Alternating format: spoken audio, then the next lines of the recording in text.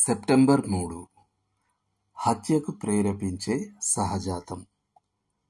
చదవండి. యోహాను రాసిన మొదటి పత్రిక 3వ అధ్యాయము 11 నుండి 15 వరకు. తన సహోదరుడిని ద్వేషించువాడు నరహంతకుడు. యోహాను రాసిన మొదటి పత్రిక 3వ అధ్యాయము 15వ వచనం. ఓ జంతు ప్రదర్శనశాల సందర్శకుడు సింహాల గృహ కాపరితో ఇలా మాట్లాడుతున్నాడు. నా ఇంట్లో ఒక పిల్లి ఉంది అన్నాడు సందర్శకుడు. మీ సింహాలు నా పిల్లిలా ప్రవర్తిస్తున్నాయి. అందమైన ఆ జంతువులను మీరు కటకటాల వెనుక ఉంచడం సిగ్గుకరంగా ఉంది. అందుకు ఆ ఇంటి కాపరి నవ్వుతూ, మిత్రమా, వీటి రూపం మీ పిల్లిలా ఉన్నప్పటికీ వీటి గుండెల్లో చంపడం ఉంది. ఆ కటకటాలు ఉన్నందుకు మీరు సంతోషించాలి.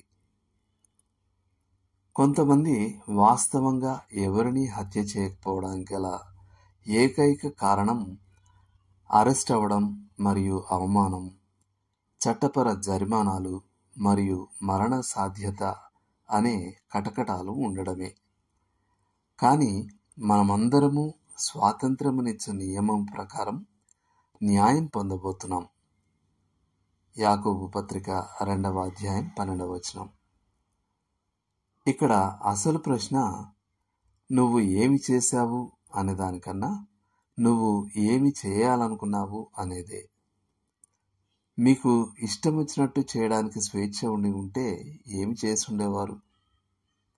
అందుకే యేసు ద్వేషాన్ని హత్యతో మరియు కామాన్ని వ్యభిచారంతో సమానమైనదిగా భావించాడు.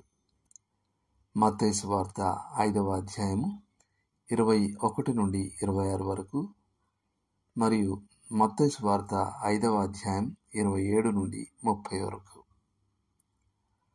దీని అర్థం హృదయంలోని ద్వేషం వాస్తవ హత్యతో సమానంగా హాని చేస్తుందని కాదు. మన పొరుగువారు మనం వారిని చంపడానికన్నా మనం వారిని ద్వేషించడాన్ని కోరుకుంటారు. కానీ దేవుని దృష్టిలో ద్వేషం నైతికంగా హత్యకు సమానం. లోతుగా ఆలోచించాల్సిన విషయం. మీ హృదయంలో ఏదైనా దాచిపెట్టిన ద్వేష భావాలు ఉన్నాయా? ఉంటే వాటిని తొలగించడానికి మీరు ఏం చేయగలరు? దేవుడు మిమ్మల్ని దీవించును గాక. ఆమేన్.